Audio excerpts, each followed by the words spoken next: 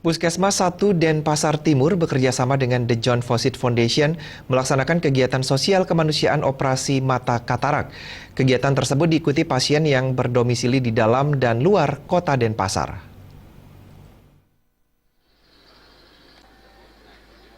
Konsultan The John Fosit Foundation Indonesia Wayan Gede Daryate mengatakan, kegiatan operasi mata katarak ini bekerja sama dengan Puskesmas 1 Denpasar Timur sebagai bentuk aksi lanjutan dalam memerangi angka kebutaan khususnya katarak di kota Denpasar.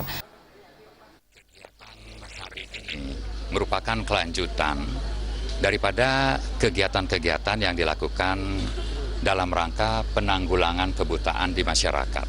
Ya.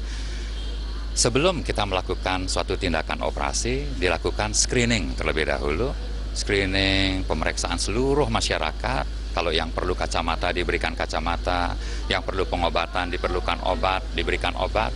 Kemudian yang perlu operasi, pada hari inilah kita melakukan tindakan operasi. Tapi dalam rangka penanggulangan kebutaan katarak terutama.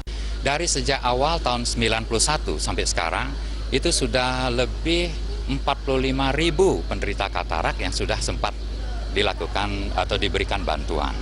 Ya. Jumlah itu untuk di Bali? Itu termasuk Bali dan beberapa kabupaten-kabupaten di luar Pulau Bali, termasuk Lombok, Jawa Timur, bahkan sampai ke Sumatera. Ya. Koordinator Pelayanan Puskesmas 1 Denpasar Timur, Kurnia Dwi Jayanti mengatakan, pelayanan kesehatan gratis bekerja sama dengan The John Fosit Foundation bertujuan untuk mendekatkan pelayanan kesehatan puskesmas kepada masyarakat.